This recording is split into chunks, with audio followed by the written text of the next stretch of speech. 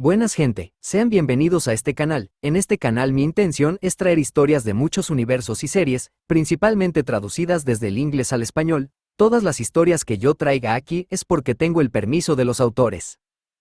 En la descripción de cada video siempre estará el link de la historia original y de su creador por si gustan mirarlo. Ahora sin más que decir, pasen y espero que disfruten de estas historias tanto como yo. Capítulo 13. Anoche. Mencionaste. Calé, murmuró el comerciante, rozando su abrigo con los dedos como si acariciara a un animal. La primera persona verdaderamente servicial que conocí después de llegar aquí, confirmó Yura mientras Bock terminaba triunfalmente de coser la manta de la mula. Los parientes de Calé parecieron dudar, antes de preguntar débilmente, él. Todavía.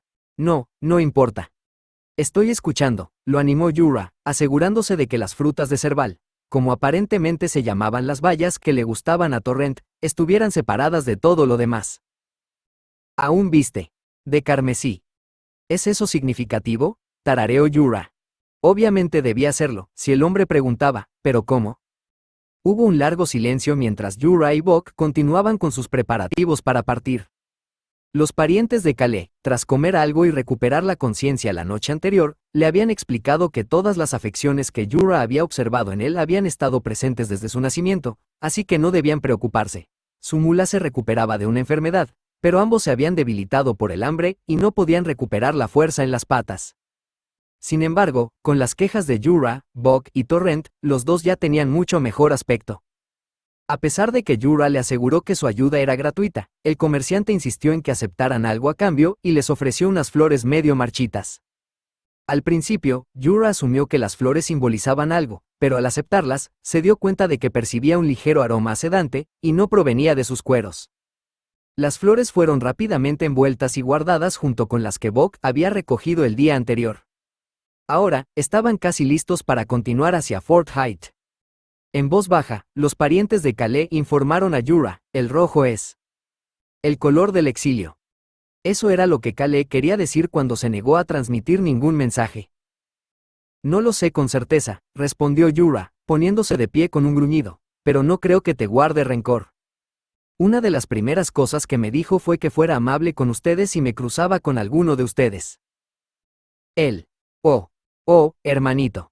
Susurró el hombre, abrazándose débilmente. Mientras Yura y Bock subían a Torrent para irse, Yura oyó a los parientes de Calé llorar en voz baja. Decidió no decir nada. El camino al fuerte de Kenneth estaba prácticamente despejado. De hecho, Yura notó con tristeza que estaba sembrado de cadáveres. Pruebas que respaldaban las afirmaciones del hombre sobre un borracho de sangre. Lo que Yura no daría por tener un cuervo a cuestas. Maestro Yura, gimió Bock cuando empezaron a ver soldados deambulando, el fuerte en el acantilado asomándose en la distancia. Abajo, aconsejó Yura en voz baja. Solo llamaremos la atención a caballo. La pequeña bestia saltó del lomo de Torrent, seguida por Yura. El pony se disolvió en fractales arcanos, y ambos comenzaron a acercarse al pequeño castillo a pie. No había guardias en la entrada.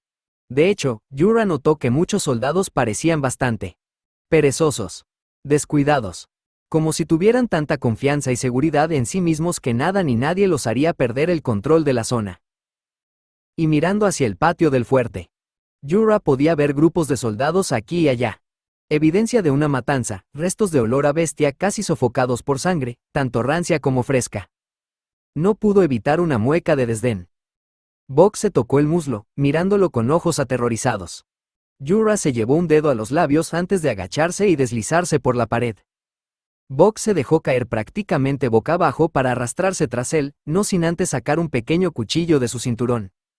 Lentamente, con la cabeza gacha, lograron llegar a una zona medio oculta por barricadas abandonadas.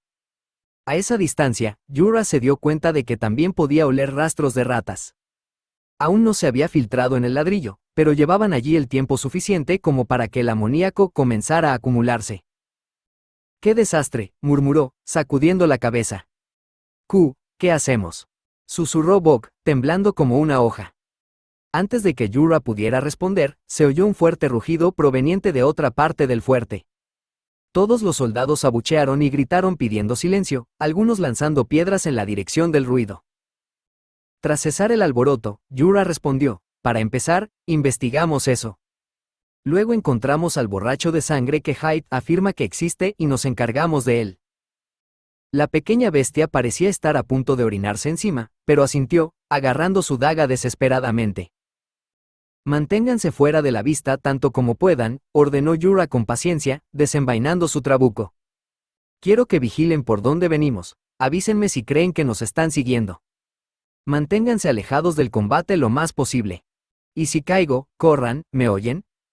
No puedo dejarte solo, protestó Buck. Puedes y lo harás, dijo Yura con severidad. No permitiré que nadie muera innecesariamente por culpa de mi ego de cazador. La bestia sollozó un poco, pero asintió. Yura respondió con un gesto más brusco, y luego comenzaron a atravesar el fuerte. Era, en cierto modo, cómodo. Familiar. Ir de un sitio a otro, agazapado en las sombras para evitar las patrullas errantes. El ladrillo y los objetos artificiales solo acrecentaban la nostalgia retorcida que se le instalaba como bilis en la garganta. Fue una cacería. Mientras se movían, se encontraron con varios barriles de aspecto extraño. La pintura roja descolorida en la madera los diferenciaba de los demás, al igual que la mancha blanca en sus tapas. Una rápida investigación mientras no había soldados cerca llevó a Yura a un descubrimiento horrible. Los barriles marcados estaban llenos de una gelatina explosiva cruda. Había trabajado con algo similar durante su época como barril de pólvora. Muchos cazadores afirmaron que la inventó cuando lo único que hizo fue ajustar la receta para que fuera un poco más estable. Pero estos idiotas solo estaban dejando grandes barriles de la sustancia esparcidos al azar, no cuidadosamente almacenados lejos de, digamos, por ejemplo, ellos mismos. Encerrados en un lugar donde las chispas perdidas no pudieran alcanzar los barriles. Simplemente abandonados desordenadamente por todas partes. Yura ya no veía a los soldados como perezosamente confiados, solo como idiotas. Se aseguró de enfatizar el peligro de los barriles para Buck, porque lo último que cualquiera de los dos necesitaba era quedar atrapado junto a uno cuando algún tonto decidiera lanzarles una linterna. Era inevitable que los descubrieran. Un grupo de soldados con voz ebria había empezado a bajar las mismas escaleras que Yura acababa de pisar, y él no podía retirarse lo suficientemente rápido. «Intruso», gritó uno de ellos, y tardó un momento, pero con su segundo grito el fuerte empezó a cobrar vida. «Escoria manchado». Cualquier insulto que el hombre hubiera planeado proferir, Yura lo interrumpió con un disparo de su arma. La réplica hendió con acento agudo el aire, y 3 de los 5 soldados se tambalearon, tropezando y desmoronándose en los escalones mientras contemplaban boquiabiertos sus recientes heridas de perdigones. Uno cayó completamente de las escaleras, gritando desesperadamente antes de que se oyera un desafortunado crujido. Yura lo ignoró, subiendo corriendo los escalones para encontrarse con los soldados restantes mientras el ruido sordo de varias docenas de botas se acercaba. Todos abrieron los ojos como platos al verlo. Una vez más, un cazador lento era un cazador muerto. Yura sabía que su velocidad desmentía su edad. La mayoría de la gente, al ver su ojo destrozado, las canas en su cabello y barba, las arrugas en su rostro, lo asumía lento y rígido. Esto facilitó aún más lanzar a otro soldado por las escaleras y disparar otra ronda a la cara de los 3 restantes, todos aturdidos por su velocidad y agilidad al acercarse. Claro que el olor a alcohol que ahora percibía en sus alientos ayudó muchísimo. Yura decidió no mirarle el diente a caballo regalado, dándole una paliza a uno en el estómago y usando el cuerpo destrozado y sin aliento para derribar a los otros 2. «Vamos», le gritó a Buck, y la pequeña bestia pronto lo pisó los talones mientras corrían. Sin embargo, no corrieron mucho, separándose para evitar ser aplastados por un martillo enorme. Se oyó un rugido furioso, y Yura se encontró mirando hacia arriba a un enorme troll con la cabeza sellada en una calabaza de bronce. Buck gimió de miedo mientras unas 2 docenas de soldados los rodeaban, incitando con entusiasmo al bruto con sonrisas crueles y espadas apuntando para evitar que Yura y Buck escaparan. Sí, pensó Yura mientras silbaba con fuerza, atrayendo la atención del bruto hacia él, como cazando en Yarnam.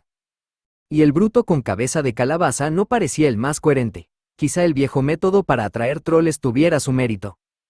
El bruto ciertamente parecía lo suficientemente malhumorado como para ello, intentando olfatear a Yura desde dentro de la calabaza. Con eso en mente, Yura despidió a Buck con un gesto y se abalanzó sobre él, despresurizando la estaca para darle alcance y un mejor ataque. El bruto con cabeza de calabaza gruñó furioso cuando la hoja le clavó el costado, golpeándose las costillas con la mano. Pero Yura ya estaba detrás de él, silbando para avisarle. Los soldados empezaron a reír y a burlarse del baile, burlándose y haciendo comentarios groseros sobre la hombría de Yura y su madre. Él los ignoró, concentrándose en el bruto, irritando al gran bastardo. Finalmente, el bruto perdió la paciencia y gritó furioso al cielo antes de agitar salvajemente su horrible martillo, incluso golpeándose la cabeza contra el suelo varias veces. Todos los soldados gritaron al ser destrozados y reducidos a pasta. Yura se agachó para sujetar a Bok y seguir corriendo. Un golpe amplio le rozó el hombro, haciéndolo tropezar y a Bok entrar en pánico, pero Yura no se detuvo. Apretó los dientes de dolor y siguió corriendo, alejándose de la masacre. Una vez que se encontraban a una buena parte del castillo de distancia, Yura bajó a Bok y murmuró, «Eso debería facilitarnos el trabajo». «Ah, amo Yura», susurró Bok horrorizado. Al observar a la pequeña bestia, descubrió que Bok observaba algo en el patio. Esperando más soldados, Yura también miró hacia abajo. Pero no vio nada nuevo ni fuera de lugar. Allí, en la esquina, eso es. Es una reina. Siguiendo la punta del dedo de Bok, Yura casi lo pierde. Pero entonces lo vio, un cadáver enorme medio escondido en un rincón. Una bestia, muy parecida a Bok y la tribu de la playa, solo que más grande, con ropas algo más finas. El cuerpo estaba tendido de tal manera que parecía que, en vida, la bestia había intentado escapar. Yura se preguntó si habría sido el Bok de Kenneth.